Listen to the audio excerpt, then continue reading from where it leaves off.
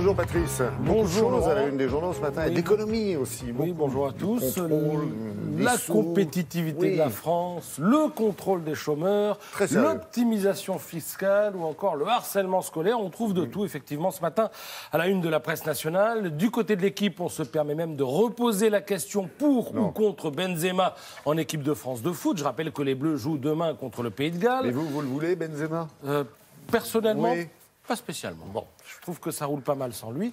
Et du côté de l'humanité, audace suprême, on confie la rédaction en chef à deviner qui? Philippe Martinez, le patron de la CGT. Mais j'ai mieux que tout ça à vous proposer. J'ai mieux que tout ça avec Paris Match et cette photo signée Bülent Kilic. Elle a été prise au cœur d'une ville transformée en un tas de confettis de béton.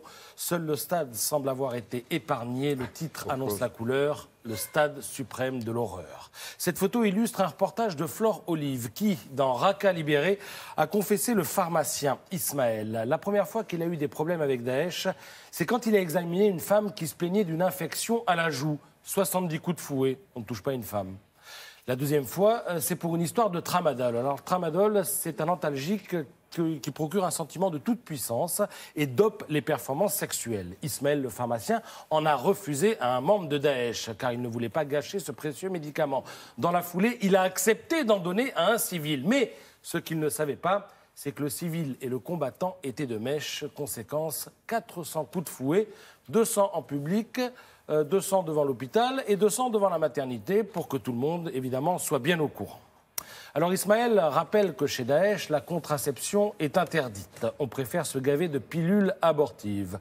Un jour, Ismaël la refuse, cette pilule, à une femme. Alors elle porte plainte et lui, se retrouve au stade qu'on vient de voir pour des séances de torture où les coups de tuyau succèdent aux stimulations de noyade à l'eau glacée, le tout agrémenté de décharges électriques, sans oublier la fameuse séance d'immobilisation. Dos courbé, poignets attachés aux chevilles par des fers que les bourreaux resserrent jusqu'à faire pénétrer le métal dans les chairs. Ça peut durer comme ça pendant 5 jours.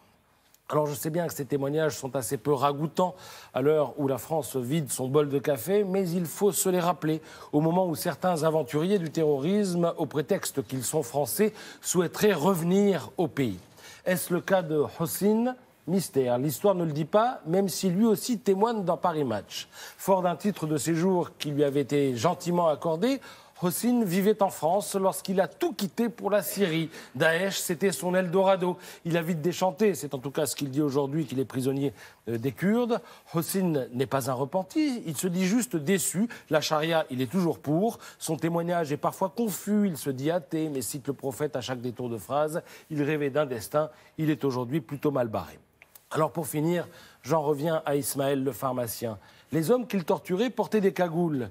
Et puis un jour, sans doute trop sur d'eux, ils ont oublié de les mettre, les cagoules. C'est ainsi qu'Ismaël a pu identifier 2 de ses tortionnaires, des visages familiers, puisque c'était ceux de ses voisins. Alors aujourd'hui, Ismaël n'a qu'une obsession, les retrouver. Je me battrai jusqu'à la mort pour ça, dit-il. Je n'abandonnerai jamais. Je veux les tuer de mes propres mains. En Syrie, je crois que rien n'est fini, Laurent. Merci à Match de nous avoir mis la charia devant les yeux.